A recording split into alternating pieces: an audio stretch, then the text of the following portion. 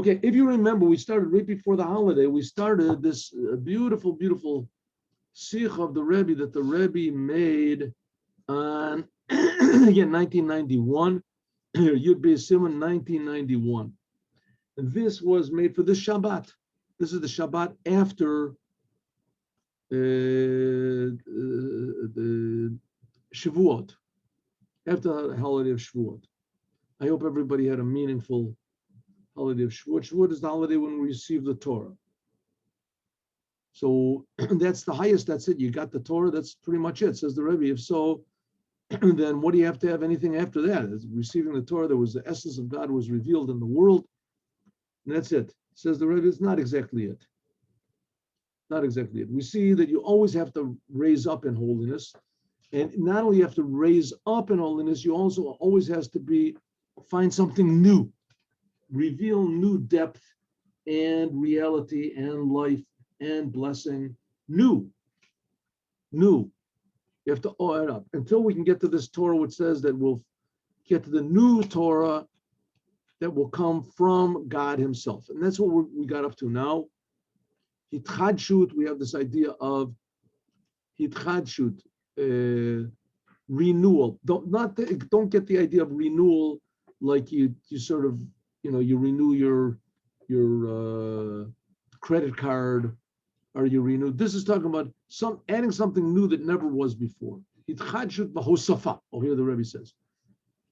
A Jew always has to add on in Torah and the commandments. And the Rebbe says, especially now we see that we're continuing to learn Pirkei Avot on Shabbat. So you have to do it in the three. That's how the first chapter starts off. Torah, Avot, Gimel, Chasadim. That on them the world stands. Like it says hinted in the Ketub, B'chodesh HaShlishi. That's why this month is called the third month, number 3. Remember we learned a few weeks ago? A person has to always look at 3 things and he won't do a sin. 3 things. You have to look at yourself, at the Torah, and at the world. At Hashem, at God, yourself, and the world. God is the Torah. Ubishlosh is covering the 3 things of Torah, Avoda, Gemilut Chasadim. That's 3. And all these 3 things of learning Torah and prayer and doing good deeds, giving charity, etc., it has to be hitchadshut. It has to be renewed. You have to feel it brand new, like always, and you also have to add something on. By means of this, there becomes also a renewal in the world.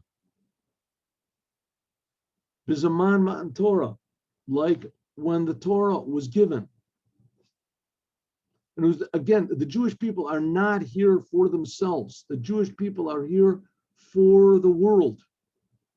That's why we're here. We're here to make this world a beautiful, meaningful, blessed, happy, productive place. That's why the Jews are here, to bring blessing to the world. That's what it means that all the non-Jews will be our servants in the future.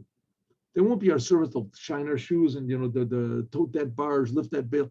They're not going to be just doing these meaningless things. Today, go up on the roof and paint the roof. I did that yesterday. Do it again. Don't ask any questions, right? It's not gonna. That's not what it means. It means that everyone will do the jobs they're doing now, but they'll be meaningful jobs. There'll be meaningful jobs. Everyone will do the same thing as now. There'll be doctors and lawyers and workers and builders. And one of the worst things is that there shouldn't to be, what is it called? Wait, how did it skip my mind? To be out of work. One of the worst things when a person doesn't have any work. That was one of the big attractions of communism, and it really, really worked. It really attracted people. Everyone is going to work, right? Everyone is going to work. You're going to have a job. Everyone, you work according to your ability. You'll receive according to your need. Work. People want to work. They want to feel useful. They want to have a reason to wake up in the morning. Okay, but your people want to have meaningful work. Well, in the future, it's going to be meaningful. A person that's the janitor, we talked about this before, is the janitor in the hospital. It could be he cures more people than the doctors do. The doctors, they make the operations. The janitor, he goes around and he talks to people. How are you today, Mr. Jones? How are you feeling today, Mrs. Brown? Right? How is the children doing? Oh, you have a wonderful family. Why you have really what to live for? You have to. The person. It could be that he heals more people if you do a job and you put meaning into the job. There's nothing like that. You feel you're useful in the world. That's what's going to be in the future. That's what means everyone will serve the Jews. The Jews that are going to, the main thing of the Jews will be to learn Torah, to do the commandments, and all of the physical needs will be provided for them for by the rest of the world, because we're providing for the world blessing and meaning. In other words, no one's going to be selfish. That's the thing. Will put an end to selfishness. People are not going to think about going to heaven, and they're not going to think about what's going to be tomorrow. Right? People will be beneficial, prosperous. Okay, so it says that's what the whole purpose of the Torah was. It says the Torah is here to fix up the world. Like it says, Eretz Roa B'Shakata. First of all, the world was afraid, and then afterwards, when the Torah was given, so it was quiet. Let's explain this. It says B'Chodesh Shlishi B'Yom Hazeh, on this day, B'Chodesh Shlishi, on the third month. Now the word Chodesh means month, but it also means to be new. Rashi says, Lo Yadavar Kasuv Ela B'Yomahu. Why does it say on the third day, and V'Chodesh Shlishi, in that month, in the third month, B'Yom Hazeh, in that day, God gave the Torah. On that very day, God, but it doesn't say on that day. It says on this day, B'Yom Hazeh. Says Rashi, Shlomo Yitzchak, he immediately picks up on this and he says the Torah shouldn't have written Yom Hazeh. It should have written B'Yom Hahu. On that day, the Torah was given. Way back then, right? Ma'u B'Yom Hazeh. What does it mean? On this day.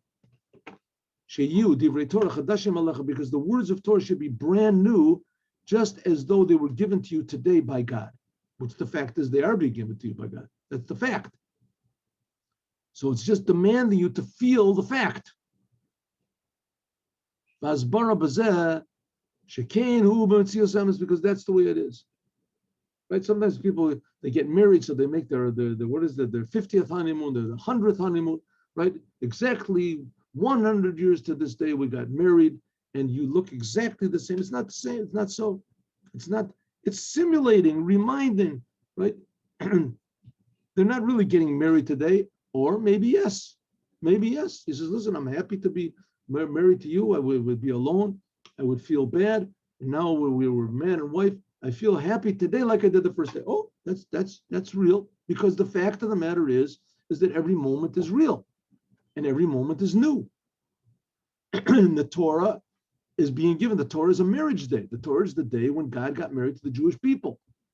Because every day is renewed, this idea of the giving of the Torah by means of God. Not just that God is creating the world constantly brand new, which then also we don't feel, right? We don't, you see the sun rise up, another sunrise, disgusting. Birds are chirping. It makes me so depressed to hear these birds chirping with the wind and the breeze and the trees and this. There are people that are like that, right? Children laughing too. It just makes me so depressed to hear these children laughing and having a good time. Nothing more than there's people. There are people that can get depressed about anything. But the fact of the matter is, the world is a very wonderful place. Right? A very wonderful place. Depends how you look at it. It's being created all the time, brand new. Well, that's nothing compared to the Torah. The Torah is the reason for the world. That's why we say a blessing when we get called up to the Torah. No Tena Torah. The Torah is really brand new. Loshen Havet. Al derech v'dugma, like it says, v'itchachas abriya, just like the world is being created brand new. Like it says, that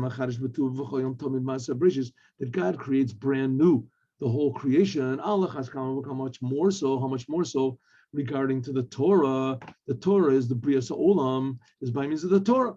The creation of the world comes from the Torah. Like it says, Astakel Baroisa, God looks in the Torah, Borom, and he creates the world. So first of all, a person should feel a Jew. A renewal in the Torah. By means of this, by means of this, the world becomes new also. Klal is the Man Torah, and the whole renewal of Man Torah. And as every moment becomes a surprise, every moment becomes a mystery, then life is interesting. The Man Torah, the whole novelty of the giving of the Torah on the rest of the day and the rest of the year. Nasid Bizman Man Torah. When do we get the power that the Torah should be brand new every day, all the time? We got this on the holiday of Shavuot that we just did yesterday. And from this is drawn down a hitchachus prati, from this general feeling of renewal that we get on the holiday of Shavuot. From this gives us power to bring this general power of renewal into every day. The details. Just like the world is brand new. Rosh Hashanah, and the Rosh Hashanah is made the whole entire novelty of the creation on the whole entire year. And this is drawn every day. So now we can understand also again the Torah by a person. That the words of Torah should be new to you, ke'ilu hayom nitnom, as though they were given today. Shleimus Torah, the complete, shalimud haTorah, that the learning of the Torah should be mitochayut v'tainug. It should be with, how do you say, alive and enjoyment. It's not like you got the same old letter every single day. Like it's brand new. So that everyone comes to read it. Is where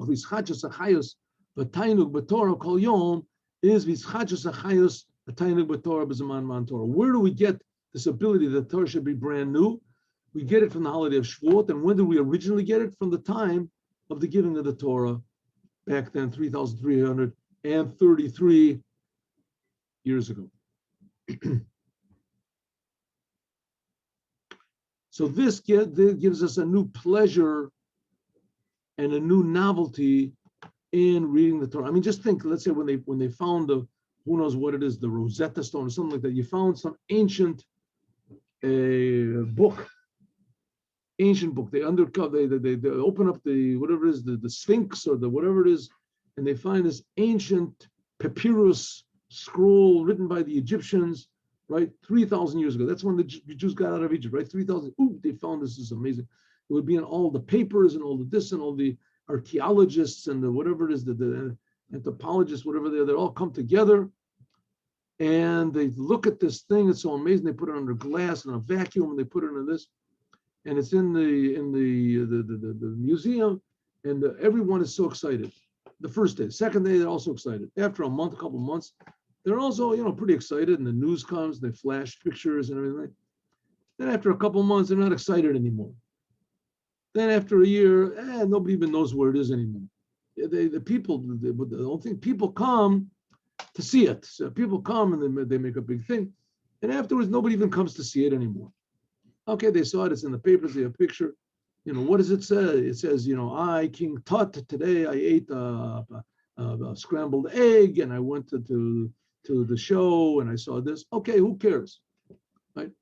Because even if when the first time you find it, it's something brand new. Even if it's an old thing, you find it, you're very excited. But afterwards, you're not excited anymore. What do you care?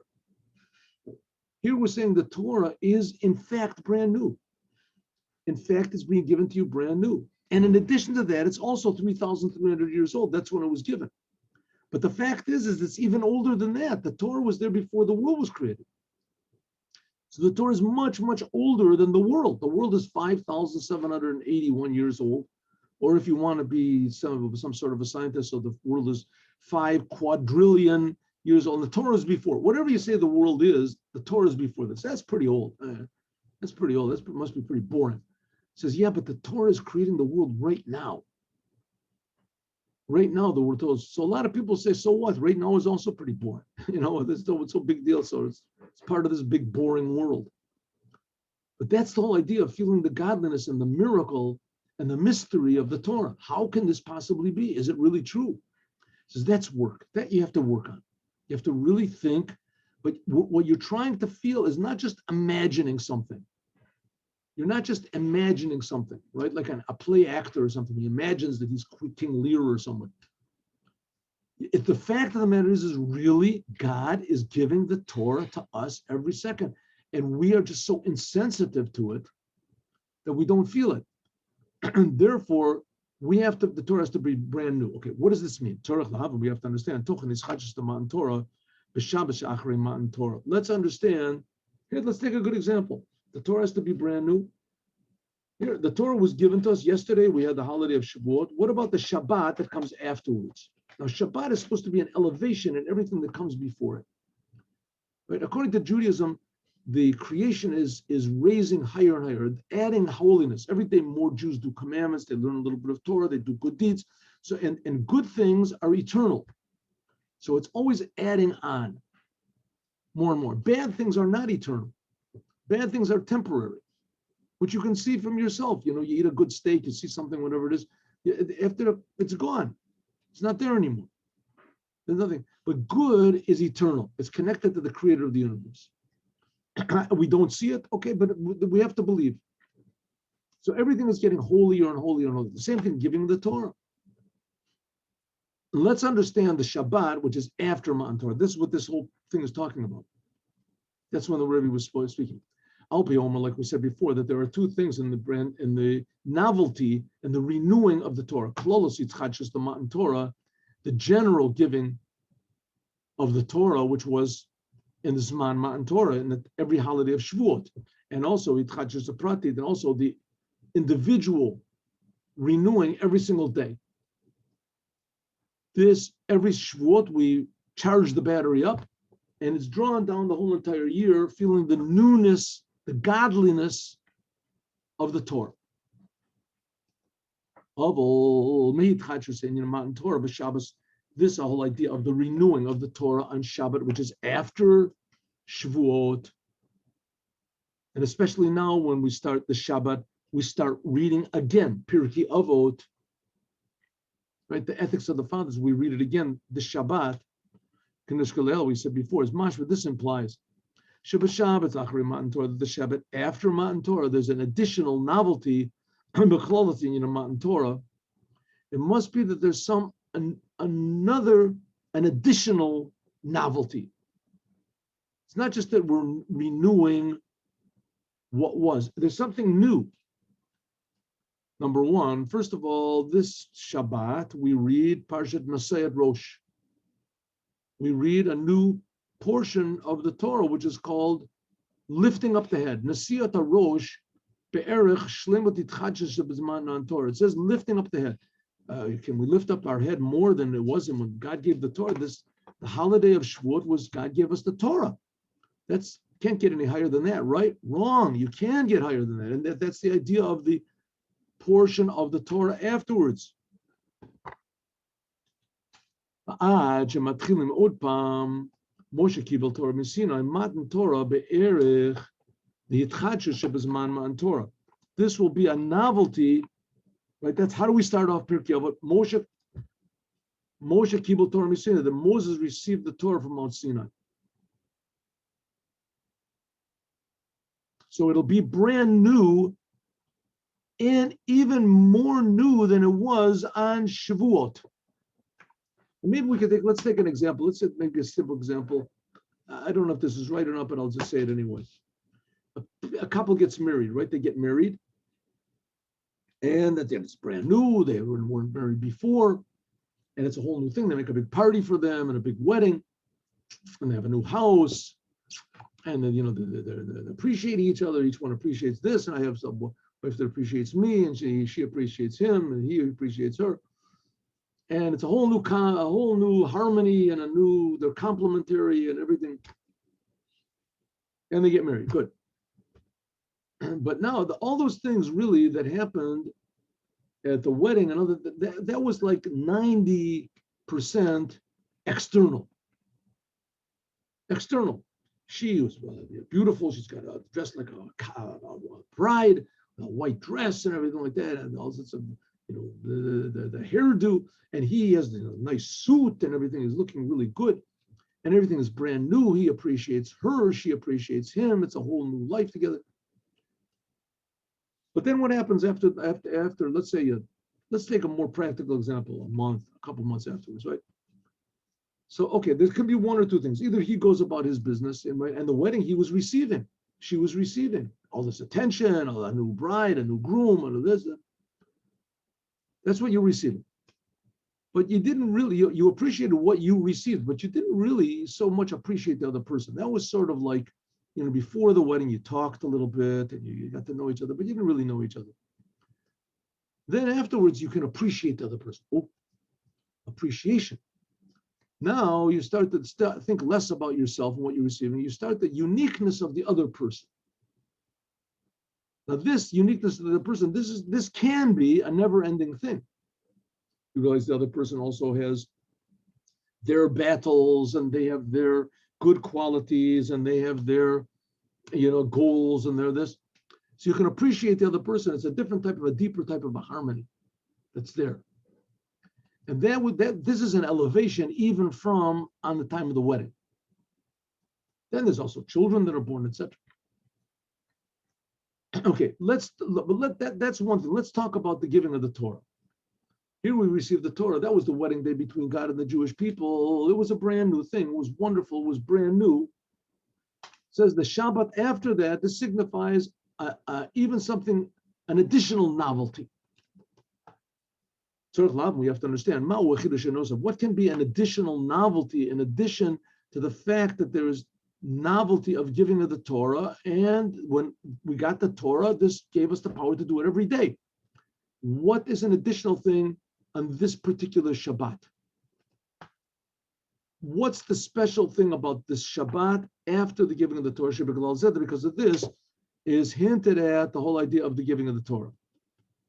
What special lesson can we learn from this coming Shabbat, Parshat Naso, lifting up the head of the Jewish people even higher than it was at the time of the giving Torah? We can explain this. And another thing of Matan Torah, Chidush. There a new thing, Lo Rach Hitchadshut b'Torah Atzma. Okay, what do we say? There's renewal, and then there's novelty. Renewal means that you had an old thing, but you look at it like you did the first time. But Chidush means that there's something that wasn't there the first time. It's an addition. Chidush. Can we really put something new into the Torah? You do. It's known that even at the time of Matan Torah, the whole entire Torah was given. Not just the 10 Commandments, but also the whole entire written Torah, together with the explanation of the written Torah, the oral Torah, all the Talmud, all the Midrashim, all the laws, Kolel, also the things of the Torah which will be revealed in the last generation. Like it says, Afilu Moshe Talmid Vatik Atid L'Chadesh. It says that Moses saw on Mount Sinai, even with the pupils in another 3,000 years. Oh, here's an idea in the Torah. Look, here's an interesting thing.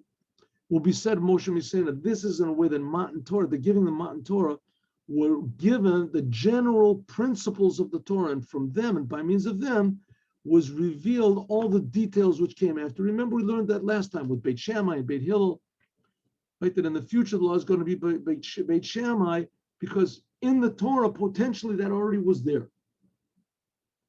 And until the Prat which will be revealed by a new pupil, Chidush Shelo. It'll be called a new pupil. Here we had Yosef Cairo, that he wrote the Shulchan Aruch, and from after they just took all the laws of the Torah, and there were a lot of new things that were revealed. There can be a lot of arguments also in the Torah. The Ashkenazim do one way, and the Sephardim do it a different way, and the Yemenites do it in a different way. And that's okay. That's good. There are certain things which are given to how do you say, be tailored according to the individual person. There's certain essence of things in the Torah which can't be changed, right? Every Jew has to put on tefillin. Every Jew has to keep Shabbat. But it could be that the tefillin could be a little bit different. The letters, there's a lot of room for changes. It has to be according to the Torah. But even the navalai, whatever that are now, electricity. What do you do with electricity? Is electricity really fire or is it not fire? At the time of Moshe, there was no fire, no electricity. What are you supposed to do? Maybe not, maybe yes. Can you talk to a microphone on Shabbat? So they look and they see, they what exactly is electricity? How can it be? right? And then they come to a law. Like the Lubavitcher Rebbe said, there's 3 good reasons for permitting you to speak on a microphone in Shabbat. Either you don't know what a microphone is, or you don't know the laws of Shabbat, or you don't know both of them, right? But a person that does, so he knows it's forbidden to use a microphone on Shabbat. But before that, right, 100 years ago, there was no microphones. 100, 200 years ago, for sure, there was no microphone. Shenikra al-Shemo, that's called Ne'amar, like it says in the Shem Omer. That says afterwards, when you find a new idea, reveal a new idea in the Torah, and so this idea then becomes, so to speak, your idea. The giving of the Torah that was given, all of the Torah that will be revealed also by Moshiach, the Torah of the Moshiach. He's going to teach everybody, because Matan Torah was only one time. There's never going to be again the giving of the Torah. But all these things in the Torah, they were concealed. They were concealed to the point that in the future will be Torah Chadash. It'll be called a new Torah. That it could not be revealed al yedei mekabli Torah. It couldn't be revealed back then, right? Back in the giving of the Torah. In fact, it couldn't be revealed only until Mashiach came. Ki al yedei netinat Torah. That's what we learned last week. Remember, Mashiach will come and people's minds will be more sensitive. That the understanding of the Torah and the details of the Torah and the commandments will be infinitely greater. People will still put on tefillin and people will still keep Shabbat, and it'll be still the same thing. The definition of a Jew will not change, but we'll see what tefillin really are and what that'll be brand new. And there'll be brand new laws. Remember, we learned last week that the Leviathan God will do the slaughtering with the Leviathan. Like the rabbis say, Torah the Torah that we learn now, this is just like wind compared to the Torah of the Mashiach. And by means of these novel ideas, these new revelations of the Torah will be also a renewal in the world. The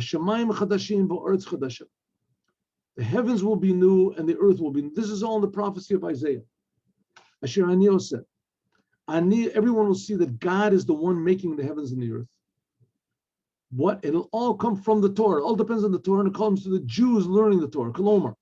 No, in addition to the whole idea that the Torah will be renewed.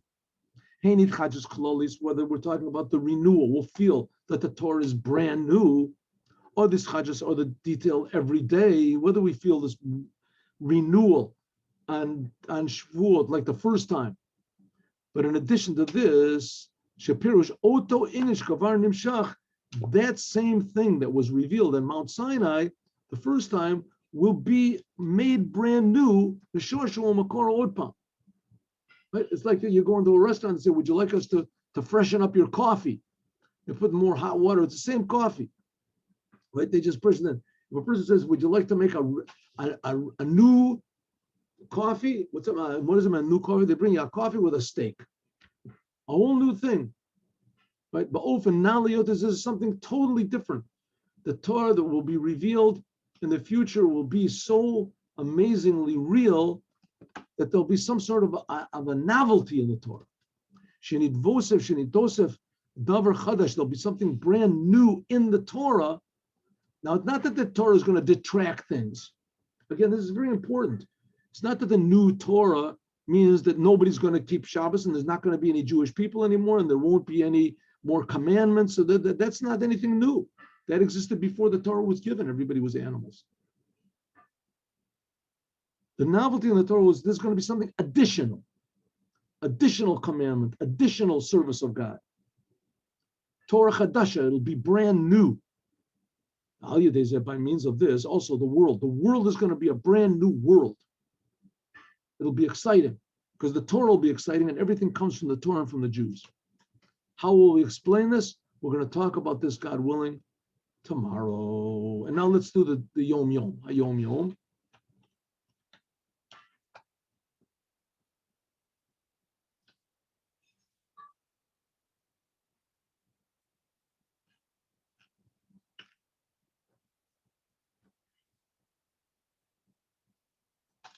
All right, this talks about how the this is a law, a custom. When the Kohanim say Yivrecha Hashem v'Yishmerecha, and when the Kohanim say, this is talking about the crowd, what they're supposed to do. The fact is, I've never really seen anybody do this, but this is what we're supposed to do. When the Kohanim say V'Yavrecha, the first word in the blessings of the Kohan, the Kohanim, they make, what's the 15 blessings?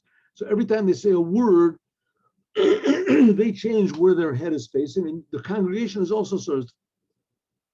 So when they say the first word, V'Yavrecha, you look forward. Then they say Yivrecha Hashem, the second word, then you turn to your head to the right. You're right. When the Kohanim say V'Yishmerecha, the third word of the blessing, then you face forward again. When they say you're the fourth word, you turn to the left. And so it is. Every word, in other words, you make a third of a turn. First of all, you start facing forward. And then you say, right, Yivrecha, face forward, Hashem, V'Yishmerecha. Ye'er, Hashem, every time you go back to the middle, right? Right, middle, left, middle, right, middle, left, middle, right, middle. Every time you go. Afterwards, you say Rabbonu Shalom, and this is only on the holidays. Say Rabbonu Shalom. If I had a bad dream, it's about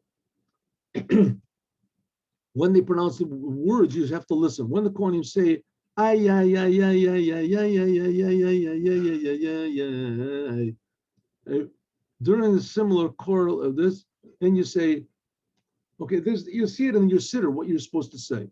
Right? If I thought a bad thought and a bad dream, I had a bad dream, then God, you should change it like you changed the dreams of whatever is of Yosef and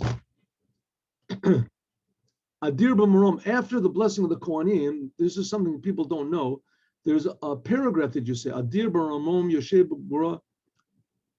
You say it after while your face is still covered by the talent. In other words, after the blessings of the Kohanim, then you say this paragraph of Adir b'marom. You look in the blessing of the Kohanim, you'll see it over there. The Kohanim also say something after they finish blessing everybody. As we'll talk about, God willing, as we'll continue tomorrow with this beautiful mimer and this beautiful sikha, and also today, God willing, at 3:00, we will learn Chumash with Meforshim. 3:00. Hope to see you then. Shalom uvracha. Have a good day with Moshiach now.